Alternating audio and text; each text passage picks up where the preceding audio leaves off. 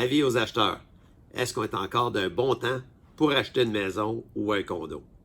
Je vous donne les détails dans 2 petites secondes. Bonjour, Roch Saint-Jacques, courtier immobilier Remax Direct, équipe Roch Saint-Jacques, et bienvenue à un autre podcast où je vais partager des conseils, dans ce cas ici pour les acheteurs, et puis vous donner de l'information du marché immobilier dans l'Outaouais. Aujourd'hui, je vais parler 2 volets pour les acheteurs. Le premier volet, est-ce que c'est un bon temps pour acheter? On a posé la question, je vais y répondre. Puis le deuxième volet, on va être un peu plus technique, mais je pense que ça va être très intéressant pour les acheteurs qui sont sur le marché actuellement ou qui pensent de recommencer leur visite. La loi du courtage immobilier a été modifiée le 10 juin. Je vais vous donner les grandes lignes et des détails aussi à ce sujet-là. Avant, j'aimerais vous inviter à aimer la vidéo, partagez la vidéo, abonnez-vous à la chaîne YouTube Équipe Roch Saint-Jacques. Ça me ferait vraiment plaisir de partager avec vous, d'avoir de vos commentaires. Posez-moi des questions, donnez-moi des sujets de podcast, puis ça va me faire plaisir de discuter avec vous d'immobilier. Alors, sans plus tarder, le moment est le plus opportun qu'il y a 2 ans pour acheter une maison. Ça, c'est sûr et certain. Il y a une situation en ce moment qui est intéressante. Puis j'ai trouvé personnellement le marché immobilier depuis 2-3 ans là, vraiment intéressant, pas facile à suivre, mais très intéressant pour un courtier immobilier qui est passionné du domaine, puis qui aime le domaine, puis qui aime s'informer, puis qui aime que ça bouge, puis ça change, puis que c'est pas tout du copier-coller, c'est pas tout le même ADN, évidemment. Fait que là, on est encore à un autre endroit dans la courbe immobilière qui est changeante. Et puis, je pense que les acheteurs qui est en train de prendre une pause, c'est un bon temps de revenir puis être actif. Parce que, en ce moment, il est possible que vous soyez seul à faire une promesse d'achat sur une maison. Parce que les offres multiples ont diminué. Il y a des acheteurs qui sont allés prendre une pause, mais il y a encore des acheteurs qui sont actifs là, sur le marché. Alors vous êtes en avantage là, en ce moment parce que le marché n'a jamais été aussi favorable pour vous depuis 2 ans. Pourquoi qu'on le sait? C'est parce qu'il y a des offres d'achat qui sont rentrées, négociées à la baisse, qui a été acceptée. J'ai même vu une promesse d'achat entrer un peu en bas du prix demandé avec la mention ferme et finale. J'avais pas vu ça depuis 2019-2018. Alors, on voit que ça change. Je vois des promesses d'achat acceptées avec une condition de vente de la maison de l'acheteur. Alors, voyez-vous, c'est tous des signes que ça pourrait être intéressant pour vous. Là, les gens vont me dire, « Ouais, mais Roch, les taux d'intérêt n'arrêtent pas de monter. » C'est vrai, les taux d'intérêt sont plus élevés que qu'est-ce qui était 1 an ou 2 ans passés quand ils étaient historiquement bas, mais il y a encore des taux d'intérêt intéressants. Et puis, afin de vous aider, ça vous prend un démarcheur hypothécaire ou un courtier hypothécaire qui va venir prendre votre dossier en charge puis qui va prendre soin de vous. Nous, on est en mesure de vous en référer des bons et puis qui vont vous trouver des bons taux d'intérêt. Mais alors, première étape, c'est le temps d'en contacter un. Faites-vous pré-autoriser. Ayez votre document en main. Comme ça, vous allez avoir l'heure juste de la situation. Puis dans la promesse d'achat, on pourra mettre le taux d'intérêt maximum qui vous intéresse ou que vous êtes confortable avec. Les taux d'intérêt montent plus haut que ça. On n'est pas obligé d'aller de l'avant. Alors ça, pour les taux d'intérêt, c'est la façon de le régler, puis c'est la façon d'avancer. Puis, je vous ai parlé des conditions qu'il fait. Alors, juste ça mis ensemble, là, ça devient intéressant de recommencer à regarder les maisons. Si vous avez pris une pause ou si vous n'avez pas embarqué sur le marché encore, c'est un bon temps de commencer le processus puis de vous trouver un courtier immobilier afin de vous appuyer dans ce processus-là. La deuxième chose que je vais regarder avec vous, c'est un peu plus technique, mais je pense que c'est important pour vous d'avoir au moins les grandes lignes puis de saisir qu'est-ce qui se passe avec ça. Alors, on parle de la loi du courtage immobilier. L'objectif de tout ça, c'est d'augmenter la protection du public, d'augmenter votre protection, les acheteurs, que vous soyez mieux encadrés, qu'il y ait plus de transparence dans les transactions et puis que vous soyez mieux protégés. C'est l'objectif. La façon de s'y prendre. Alors, je vous le brise en 3-4 étapes, là. La première, c'est on n'a plus le droit de faire de la double représentation. OK? Pour vous expliquer la double représentation, pour que ça soit bien simple, c'est que j'ai un contrat de courtage vente.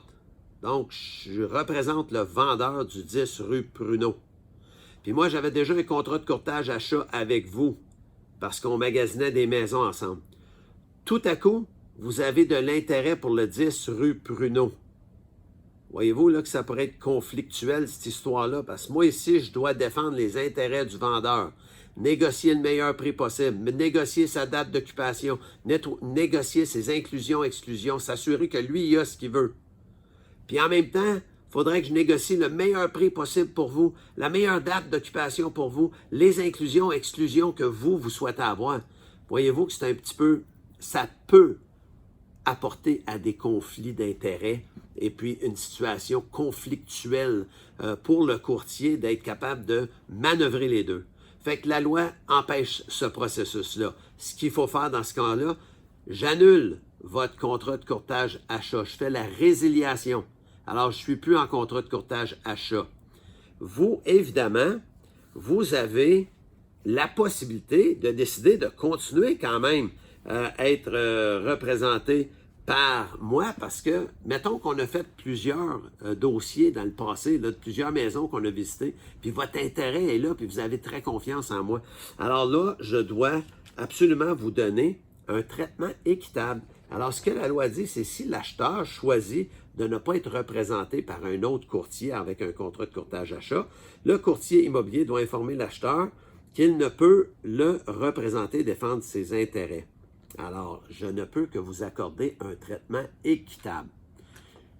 Un traitement équitable, je vous explique c'est quoi, pour qu'on le comprenne bien ensemble. Un traitement équitable, c'est accorder un traitement équitable. Ce que ça veut dire, c'est donner de manière objective de l'information sur l'ensemble des faits pertinents à la transaction, ainsi que les droits et les obligations de toutes les parties à la transaction, tout en s'assurant de ne pas divulguer des informations confidentielles et stratégiques. Alors, c'est la petite nuance qu'on faisait avant, parce qu'on a toujours été obligé de donner des traitements équitables, autant aux vendeurs quand on représentait juste l'acheteur, puis qu'on était en collaboration, on avait tout le temps le devoir de faire un traitement équitable. Là, la nuance, c'est vraiment au niveau de stratégie.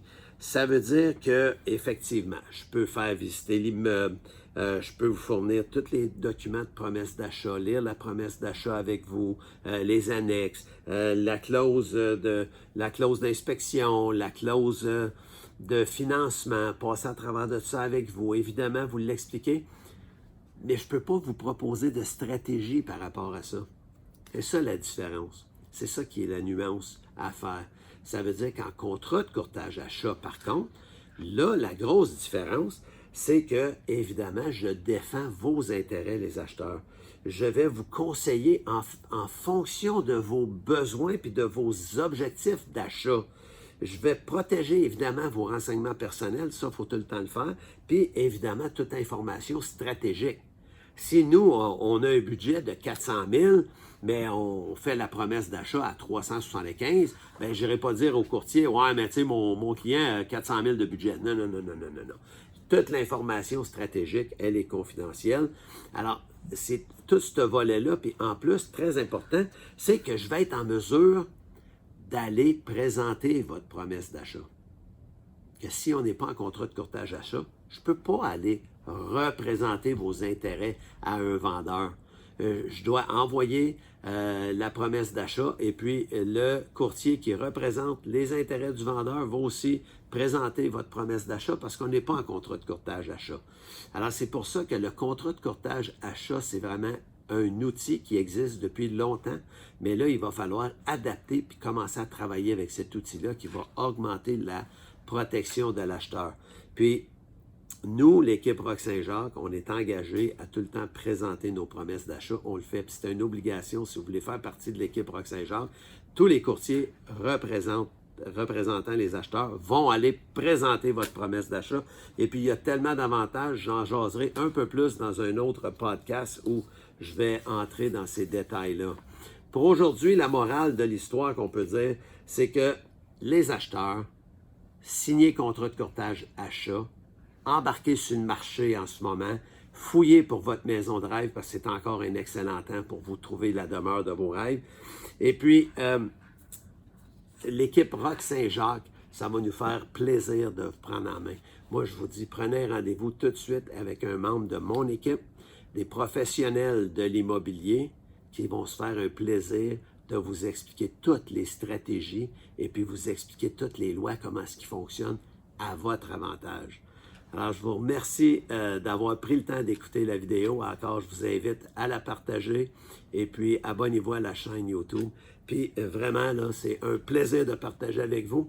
Puis je vous remercie d'être là, puis au plaisir de se jaser bientôt.